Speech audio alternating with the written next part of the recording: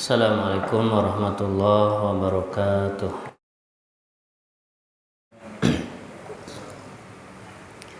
Alhamdulillahi wa kafa, wassalatu wassalamu ala nabiyil mustafa wa ala alihi wa ashabihi ahli sidqi wal wafa, amma ba'd.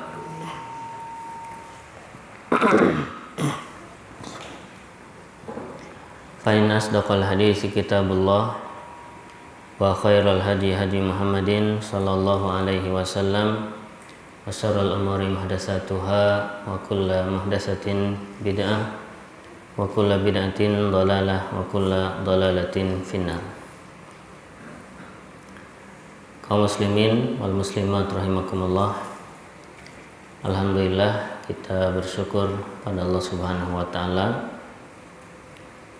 yang masih memberikan berbagai macam kenikmatannya kepada kita sehingga kita bisa duduk nyaman di majelis ilmu, tempat terbaik yang Allah ciptakan di muka bumi, di saat saudara-saudara kita mungkin ada yang sedang berjibaku menghadapi musibah banjir, rumahnya kebanjiran. Oleh karena itu, ini patut kita syukuri. Kita bisa duduk nyaman di tempat terbaik. Mudah-mudahan Allah Subhanahu wa taala menerima amal ibadah kita semua. Salawat dan salam semoga senantiasa dilimpahkan, dicurahkan kepada Nabi kita Nabi Muhammad sallallahu alaihi wasallam beserta keluarganya, para sahabatnya dan para pengikutnya. Kita lanjutkan kajian rutin membahas kitab Taujihat Islamiyah li Islahil Fardi wal Mujtama karya Fadilatul Syekh Muhammad bin Jamil Zainur rahimahullah. Malam ini kita akan baca halaman 110 dengan judul I'malu bi ahaditsir rasuli sallallahu alaihi wasallam. Amalkanlah hadis-hadis Rasul sallallahu alaihi wasallam. Di sini penulis membawakan 9 hadis Nabi sallallahu alaihi wasallam, ya, hadis-hadis sahih. Nanti kita akan baca satu persatu, kita pahami, ya, dan tentunya kita amalkan. Yang pertama, Nabi sallallahu alaihi wasallam bersabda, "La taqumus sa'atu hatta yuqatilal muslimuna al-yahuda fayaqtulahumul muslimun." Rawahu Muslim. Artinya, tidak akan terjadi hari kiamat. Hari kiamat di sini disebut dengan as-sa'ah karena memang sebentar, ya, artinya dekat. Hari kiamat itu dekat, makanya di sini disebut as-sa'ah. Sa'ah itu jam, ya. Tidak akan terjadi hari kiamat sehingga orang-orang Islam memerangi orang-orang Yahudi, maka mereka kaum muslimin membunuh orang-orang Yahudi, atau orang-orang Yahudi mereka dibunuh oleh orang-orang Islam. Hadis riwayat Imam Muslim. Hadis ini menjelaskan bahwasannya salah satu tanda dekatnya hari kiamat, ya, nanti akan terjadi peperangan antara kaum muslimin berhadapan dengan orang-orang Yahudi. Dan kaum muslimin nanti akan memenangkan peperangan tersebut. Ya, di dalam hadis dijelaskan, ya, nanti orang-orang Yahudi, ya, mereka akan dibunuh oleh kaum muslimin, ya, sampai ya, ada yang bersembunyi ya di balik batu, kemudian batunya berkata, ya, di belakang saya ada orang Yahudi, bunuhlah dia. Ada yang bersembunyi di balik pohon, pohonnya berkata, di belakang saya ada orang Yahudi, bunuhlah dia. Ya, kecuali pohon al-gharqad, ya.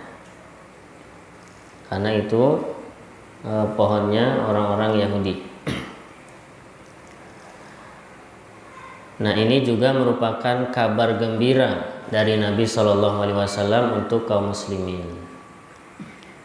Karena nanti ya, akhir perkara dalam kehidupan dunia ini milik kaum muslimin. Sebagaimana dalam Al-Quran Allah berfirman, wal aqibatu lil muttaqin. Ya, akibat atau akhir atau ujung ya, perkara ini milik orang-orang yang bertakwa. Ya. Adapun sebelum ujung, ya, kadang kaum muslimin berkuasa, kadang orang-orang kafir yang berkuasa, nanti orang Islam lagi, nanti orang kafir lagi. Nah, nanti ujungnya, akhirnya bumi akan dikuasai oleh kaum muslimin. Ya, itu sebelum terjadi hari kiamat. Ya, jadi kalau kita sekarang hidup di zaman yang kaum muslimin ini tidak punya kekuatan, secara jumlah mungkin banyak, ya, tetapi secara kekuatan masih lemah,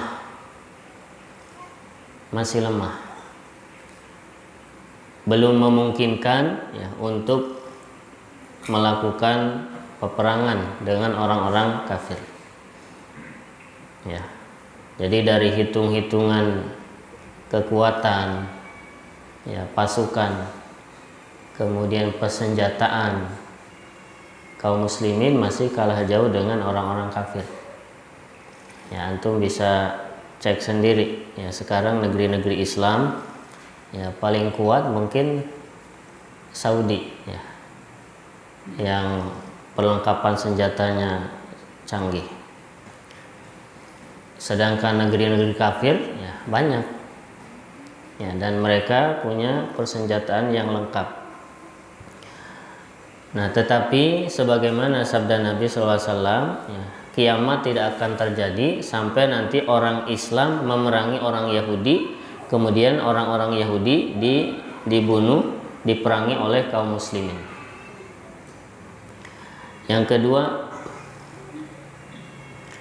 Nabi SAW sabda, man qatala litakuna kalimatullahi hiyal ulya fahuwa fi sabilillah, rawahul Bukhari.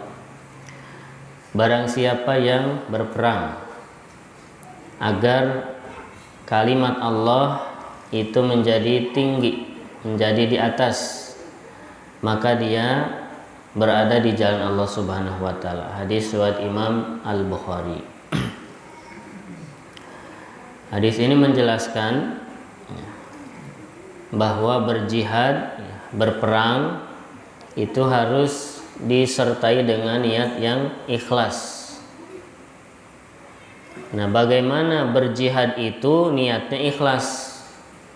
Berjihad yang niatnya ikhlas adalah berjihad atau berperang untuk menegakkan kalimatullah atau untuk meninggikan agama Islam. Itu yang niatnya ikhlas.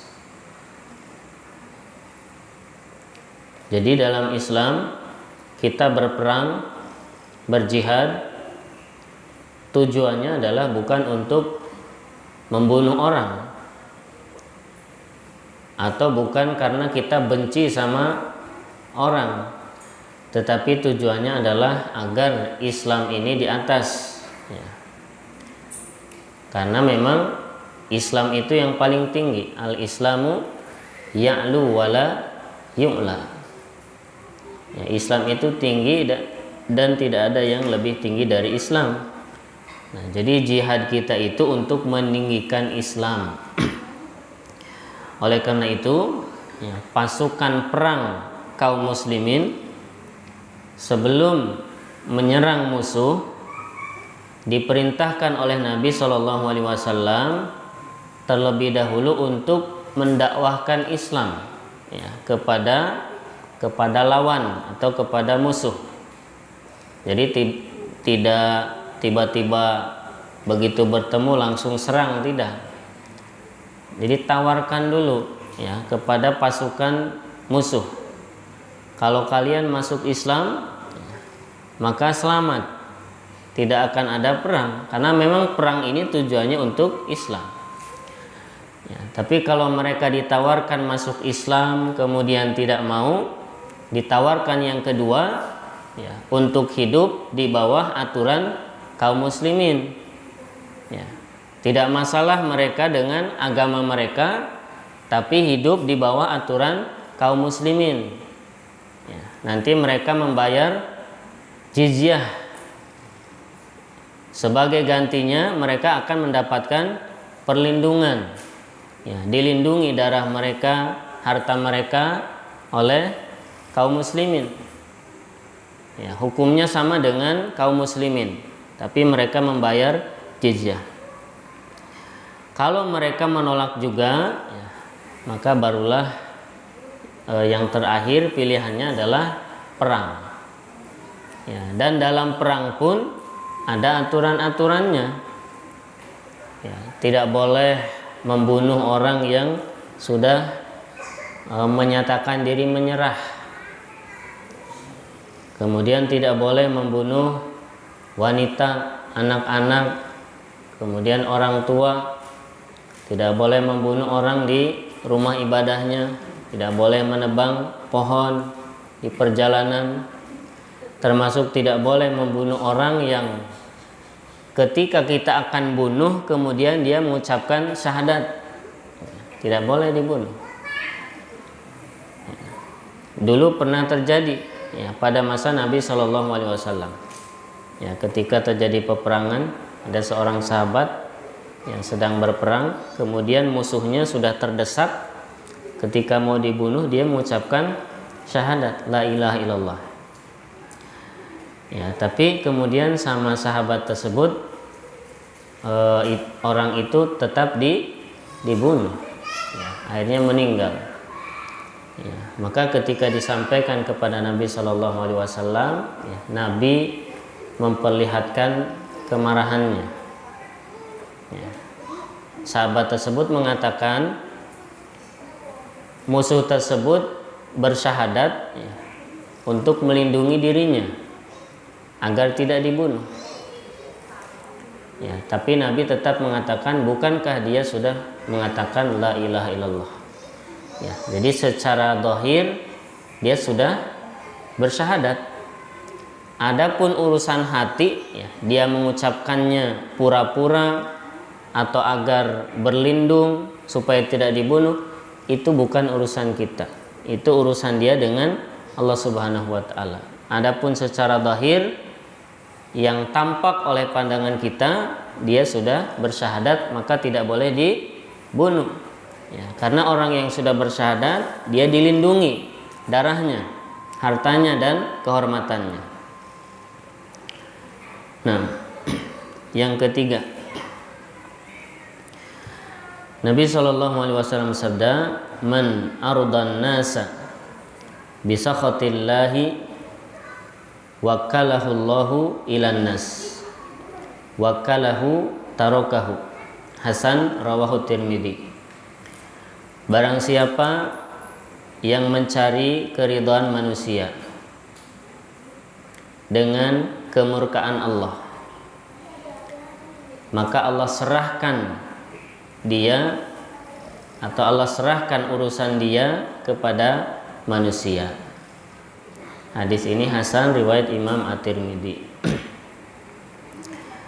Jadi siapa yang meridhokan manusia, ya, berusaha membuat manusia itu ridho, tetapi dengan cara membuat Allah murka.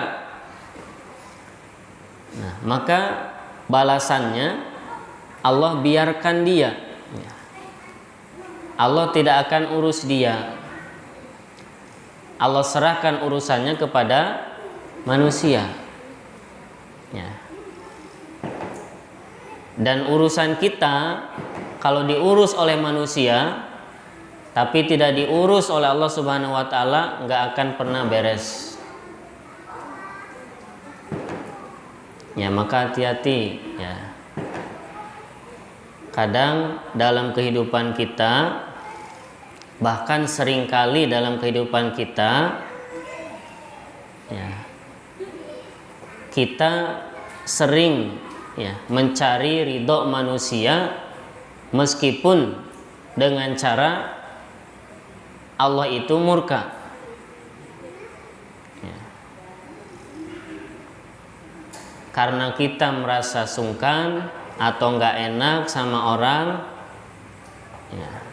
Kalau kita melakukan sesuatu ya, yang mungkin menurut orang lain, kalau kita nggak ikut ya, nanti kita akan dikata-katain, akhirnya kita ikut ya, padahal itu nggak boleh. Nah, ini sering dalam kehidupan kita ya. Kita udah tahu itu hukumnya haram, sudah paham dalilnya ya, tapi kalau kita kerjain atau kalau kita tinggalkan yang haram itu, nanti akan diolok-olok oleh manusia. Akhirnya kita lebih baik mengerjakan yang haram itu ya, agar manusia tidak mengolok-olok kita meskipun kita tahu itu haram. Atau sebaliknya, ada sesuatu yang wajib ya, kita udah paham itu wajib, Allah mewajibkan kepada kita, tapi kalau kita kerjakan, nanti orang-orang di sekitar kita mungkin akan menghina kita, akan marah kepada kita. Akhirnya kita tidak mengerjakan yang wajib itu karena takut diolok-olok oleh manusia. Nah, sering kita seperti itu ya. Misalnya kita sudah paham ya, memanjangkan jenggot itu wajib ya, wajib karena Nabi memerintahkan jenggot itu untuk dibiarkan, u'ful liha. Tapi kadang di sebagian tempat ya, orang yang berjenggot itu diolok-olok ya, diejek, akhirnya kita nggak nyaman ya. Daripada diejek terus, diolok-olok, kita potong jenggot kita ya, agar orang senang kepada kita. Padahal kita tahu ya, mencukur jenggot itu ya, haram ya. Kalau kita melakukan yang haram, maka Allah akan murka. Nah, itu masuk ke dalam hadis ini. Siapa yang mencari keridhaan manusia dengan kemurkaan Allah, maka Allah akan serahkan urusannya kepada manusia. Maka carilah ridha Allah Subhanahu wa taala. Ya. Syukur-syukur ya, manusia juga ridho. Ya, kita mencari ridha Allah, kemudian manusia juga ridho kepada kita. Tapi kalau kita mencari ridha Allah, kemudian akibatnya manusia menjadi benci kepada kita, nggak apa-apa.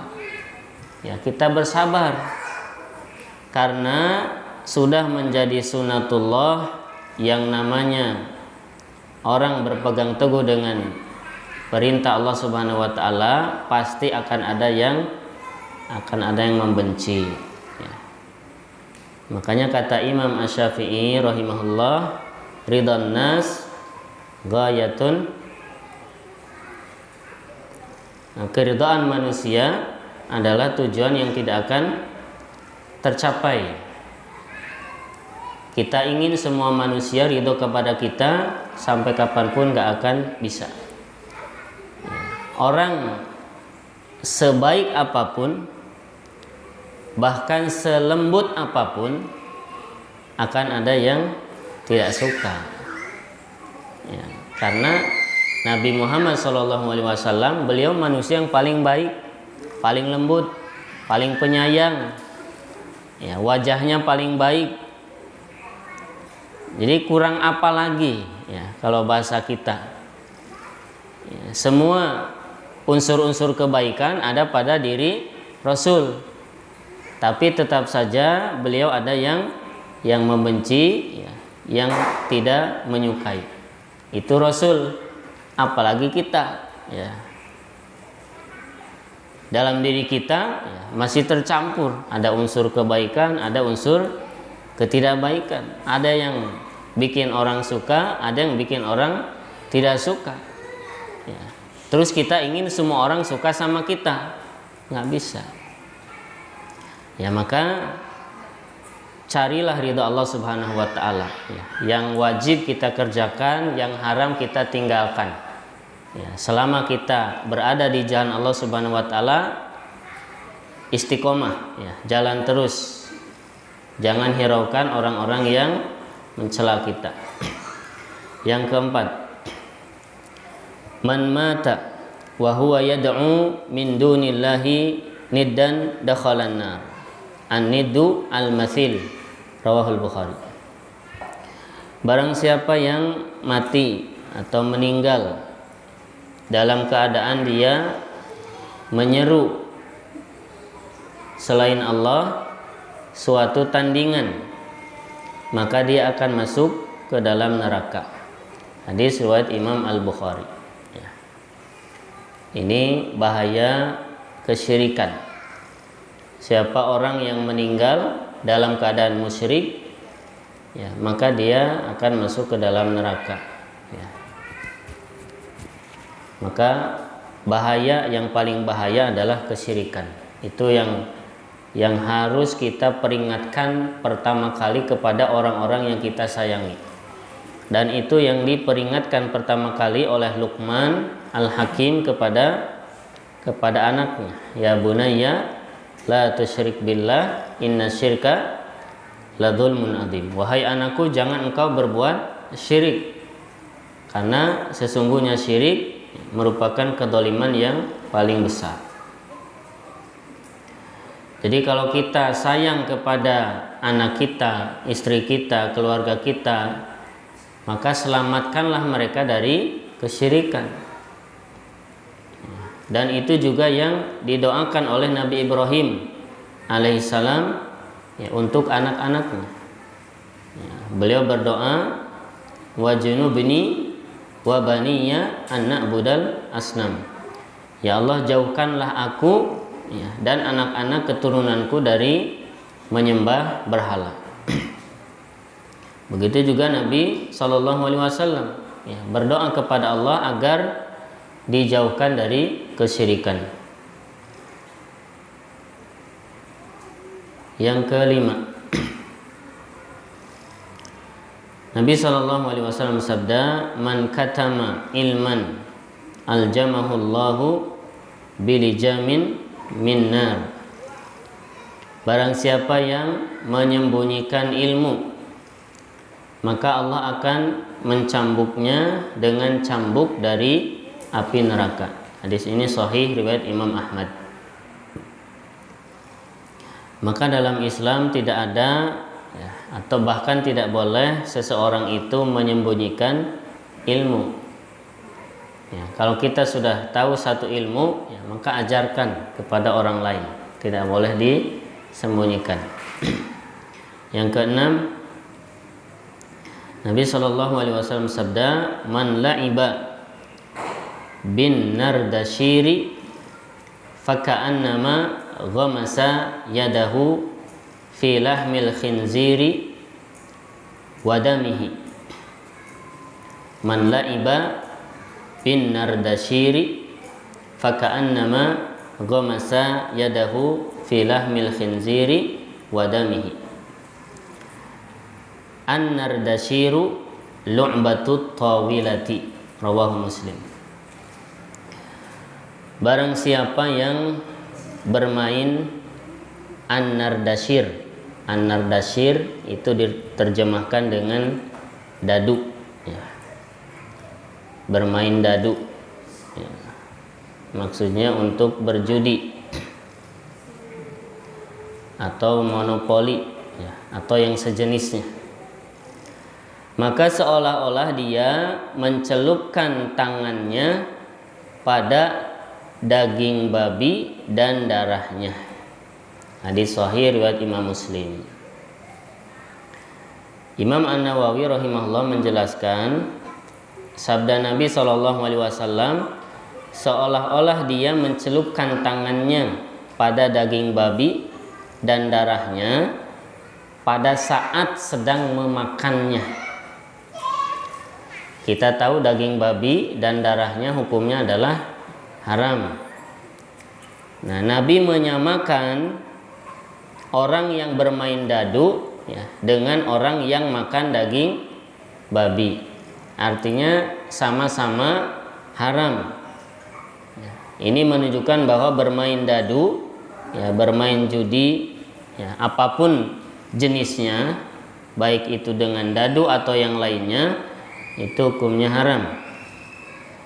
Ya, dan banyak, ya, jenis-jenis permainan judi. Nabi menyamakan keharamannya seperti orang yang makan daging babi. Nah, yang ketujuh, Nabi SAW sabda, bada'al islamu ghariban wa sayaudu ghariban kama bada'a fatuba lil ghuraba. Rawahu Muslim. Islam pertama kali datang itu dalam keadaan terasing atau aneh, dan dia akan kembali menjadi asing lagi sebagaimana dahulu dia datang pertama kali. Maka bergembiralah orang-orang yang asing. Hadis riwayat Imam Muslim. Hadis ini sering kita dengar, ya, karena sering disampaikan oleh guru-guru kita di majelis ilmu. Jadi Islam pada awal pertama kali datang dibawa oleh Nabi Muhammad SAW itu aneh. Ya, masyarakat sekitar orang-orang jahiliyah menganggap aneh. Ya, menyembah Tuhan yang satu kemudian meninggalkan Tuhan-Tuhan yang banyak, itu dianggap aneh. Aja'alal alihata ilahan wahida inna hadza la syai'un ujab. Ya, apakah dia, ya, Muhammad menjadikan sesembahan itu sesembahan yang satu? Sesungguhnya ini sesuatu yang aneh.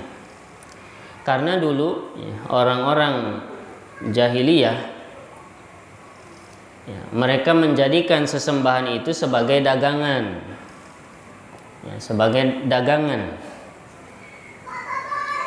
Jadi kalau sesembahan itu cuma satu, ya, dan boleh beribadah di mana saja, ya, maka menurut orang-orang jahiliyah ketika itu, maka nanti perdagangan mereka akan sepi. Orang tidak akan ada lagi yang datang ke Mekah, ke Ka'bah, kemudian menyembelih hewan sembelihan, kemudian tawaf di situ, beribadah di situ, ya, tidak akan ada lagi orang-orang. Ya, kalau tidak ada orang yang datang ke Ka'bah, ya, maka barang dagangan mereka tidak akan ada yang beli. Maka ketika Nabi Muhammad mendakwahkan beribadah hanya kepada Allah Subhanahu wa ta'ala, maka mereka menolak, ya, dengan sangat keras. Kemudian sampai dakwah beliau itu diterima, ya, sampai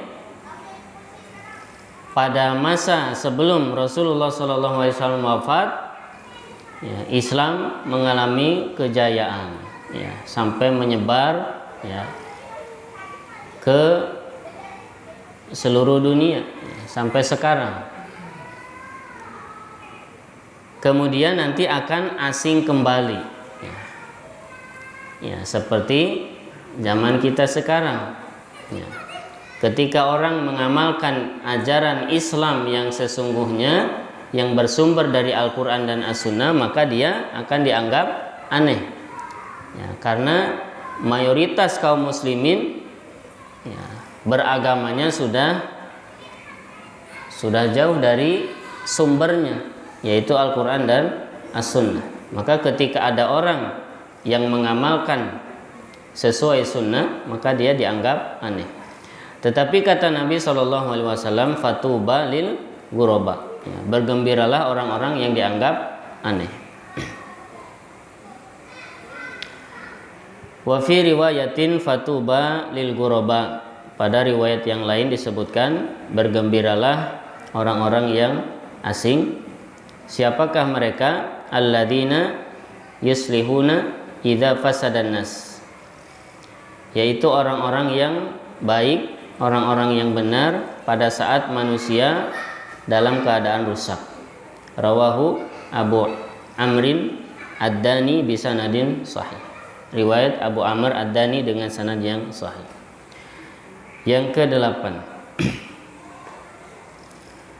Nabi SAW sabda, tuba lil ghuraba, unasun salihuna fi unasin su'in kathirin, man ya'sihim aktsaru mimman yuti'uhum.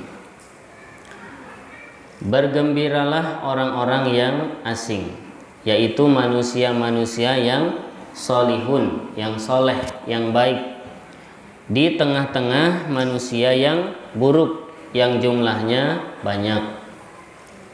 Siapa yang mendurhakai mereka atau bermaksiat atau menentang mereka lebih banyak daripada orang yang mentaati mereka. Hadis sahih riwayat Imam Ahmad. Ini masih semakna dengan yang sebelumnya. Ya, ini tentunya hiburan untuk kita. Ya, karena di zaman kita sekarang orang yang beragama ya, seperti kita ini akan merasa dirinya asing. Ya, kita sekarang berkumpul di sini tidak asing. Ya, tapi kalau kita pulang ke tempat kita masing-masing, kita akan merasa asing. Ya, biasanya seperti itu. Ya, karena memang ahlu sunnah itu jumlahnya sedikit. Ya.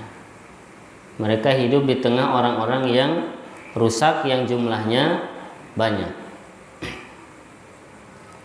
Yang ke-9, yang terakhir, la ta'ata fi ma'siyatillah, innama ta'atu fil ma'ruf. Rawahul Bukhari.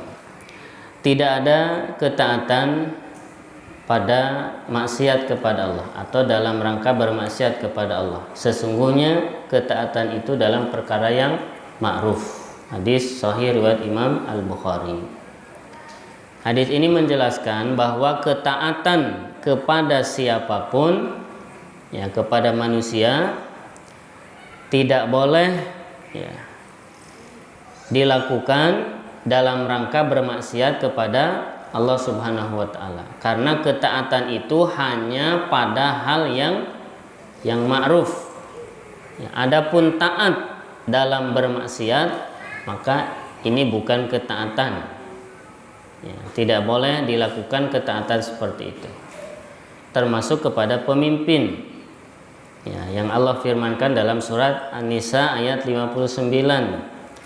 Ya ayyuhalladzina amanu ati'ullaha wa ati'ur rasula wa ulil amri minkum. Wahai orang-orang beriman, taatlah kepada Allah, taatlah kepada Rasul, dan kepada ulil amri di antara kalian. Taat kepada Allah itu mutlak, ya, tanpa syarat, ya, mau tidak mau harus. Begitu juga taat kepada Rasul, ya, karena perintah Rasul adalah perintah Allah Subhanahu wa ta'ala. Larangan Rasul adalah larangan Allah Subhanahu wa ta'ala. Adapun taat kepada pemimpin maka tidak mutlak. Ya, tidak begitu saja, tetapi terikat. Ya, terikat dengan apa?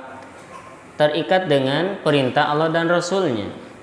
Kalau perintah pemimpin itu benar, sesuai dengan perintah Allah dan Rasulnya, maka kita wajib mentaatinya. Tapi apabila perintah pemimpin ini tidak benar, bertentangan dengan perintah Allah dan Rasulnya, maka tidak ada ketaatan dalam bermaksiat kepada Allah Subhanahu wa Ta'ala. Begitu juga taat kepada kedua orang tua, taat kepada pimpinan, taat kepada siapapun ya selain Allah dan Rasul, itu ketaatannya dibatasi.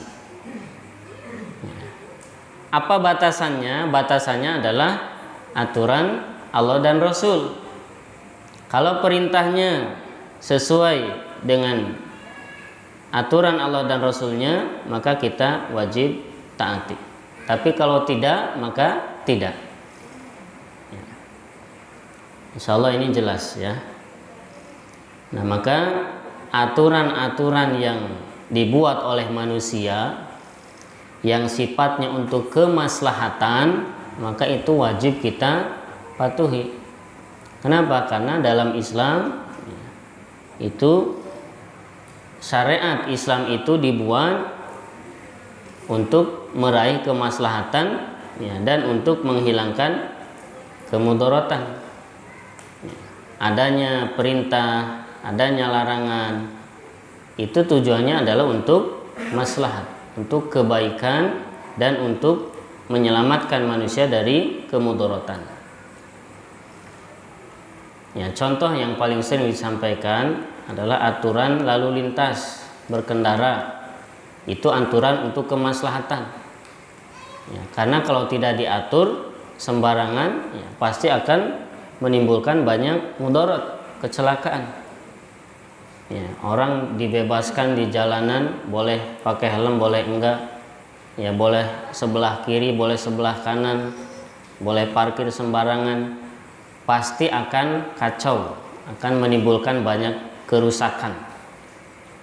Maka dibuatlah aturan agar tertib. Ya. Nah, tujuannya apa? Tujuannya agar selamat. Nah, maka aturan yang seperti itu wajib kita taati, karena itu sejalan dengan aturan agama. Ya. Baik, sampai di sini ya, selesai pembacaan hadis Nabi SAW ada 9. Insyaallah pertemuan berikutnya halaman 112 kita akan baca judul berikutnya, wa ma atakum rasulu fakhuduhu. Nah, mungkin ada pertanyaan sebelum masuk waktu Isya, silahkan ya. Assalamualaikum.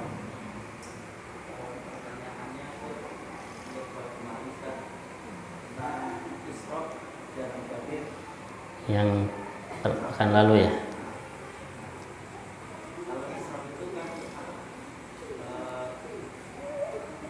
Israf itu berlebihan. Ya.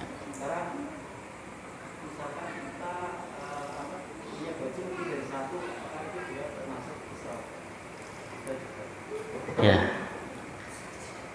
Sekarang kita baju satu cukup nggak? Kayaknya nggak cukup. Ya, kita untuk sholat, kemudian kalau kerja untuk kerja, ya. Kemudian untuk selain sholat dan kerja, ya. Jadi kalau lebih dari satu, ya mungkin nggak termasuk israf, ya. Tapi kalau baju lebih dari 20, kira-kira israf nggak? Bisa jadi iya, bisa jadi enggak. Jadi tergantung kebutuhan orangnya, karena bisa jadi setiap orang kebutuhannya berbeda-beda. Ya. Jadi kembali kepada kebutuhan. Kebutuhan itu batasannya apa? Ya tidak ada batasannya. Ya. Setiap orang mungkin berbeda. Jadi baju kita berapa ya disesuaikan aja. Yang israf itu ya kalau kita perlunya 5 misalkan. Ini misal ya, kita perlunya 5, 5 itu sudah cukup lah, sudah bisa gonta-ganti. Tapi kita beli 10, nah itu israf. Ya, contoh yang sering disampaikan, kita butuh kendaraan misalkan 1, memang butuhnya 1, tapi kita beli 2 atau 3, itu israf. Tapi kalau orang misalkan memang dia butuh 2 atau butuh 3, terus beli 3, ya itu bukan israf. Jadi tergantung orang masing-masing. Ya, jadi tidak ada batasannya, itu israf. Ya. Wallahu a'lam. Ada lagi? Ya.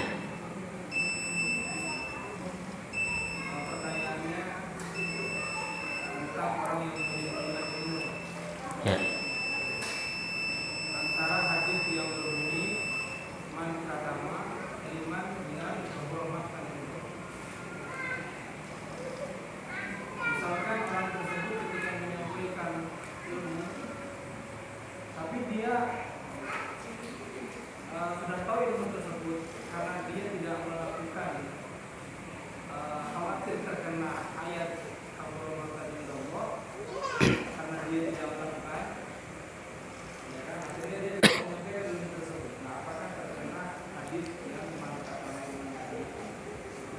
Ya. Maka dia ingin berhati-hati supaya tidak terkena ayat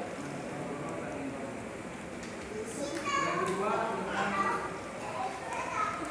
yang dadu tadi. Ya. Ada anak-anak yang bermain dadu tapi sepertinya ular dari Apa? Ular apa? Ular tangga. itu kan main dadu. Ya. Hanya untuk permainan saja. Ada juga orang-orang yang banyak permainan-permainan tapi tidak dibuat untuk berjudi. Seperti misalkan membiasakan main kartu, itu bagaimana? Ya. Baik. Yang pertama, firman Allah dalam surat As-Saff, kabura maqtan indallah an taqulu ma la taf'alun. Dosa besar atau kemurkaan dari Allah yang amat besar, ya, engkau berkata apa yang tidak engkau lakukan. Nah, ini memang peringatan bagi kita, ya, agar yang kita ucapkan, yaitulah yang kita perbuat. Ya. Jadi jangan sampai kita berkata A tapi kita berbuatnya bukan A. Nah, yang seperti ini tentu ada ancamannya. Adapun hadis tadi, ya, kalau kita baca lengkapnya disebutkan, ya, man su'ila an ilmin, siapa yang ditanya tentang satu ilmu, ya, fakatamahu, kemudian dia menyembunyikannya. Jadi yang disebut menyembunyikan itu, ya, kalau orang ditanya, ya, ditanya lalu dia tidak menjawab padahal dia tahu. Nah, itu yang disebut menyembunyikan. Ya, adapun kalau orang tidak ditanya, ya, dia misalkan tahu sesuatu, terus nggak ada orang nanya, nggak ada apa, ya, dia nggak mau cerita karena khawatir dengan ayat tadi. Takutnya kalau kita bicara nanti kita malah nggak mengamalkan. Itu tidak termasuk menyembunyikan ilmu. Cuma seperti itu juga baiknya jangan begitu juga. Ya, tetap kita sampaikan kalau memang itu bermanfaat. Adapun nanti kita mengamalkan atau tidak, itu urusan lain. Ya. Karena yang namanya manusia, ya, ada kalanya dia taat, ada kalanya dia maksiat. Itu tidak menghalangi kita untuk terus menyampaikan ilmu. Ya. Kalau kita bicara itu nunggu kitanya benar, nunggu kitanya baik, ya maka kita nggak akan pernah bicara. Ya. Karena yang namanya manusia, ya, ada kalanya dia benar, ada kalanya dia salah. Ya. Jadi bismillah, yang kita punya ilmu sampaikan, kemudian berikhtiar untuk kita mengamalkan. Adapun nanti kita tergelincir, ya kita bertaubat. ya, tapi itu jangan menghalangi kita kemudian untuk diam, ya, tidak pernah ngasih nasihat, tidak pernah menyampaikan padahal kita punya ilmu, ya, seperti itu. Kemudian tentang dadu tadi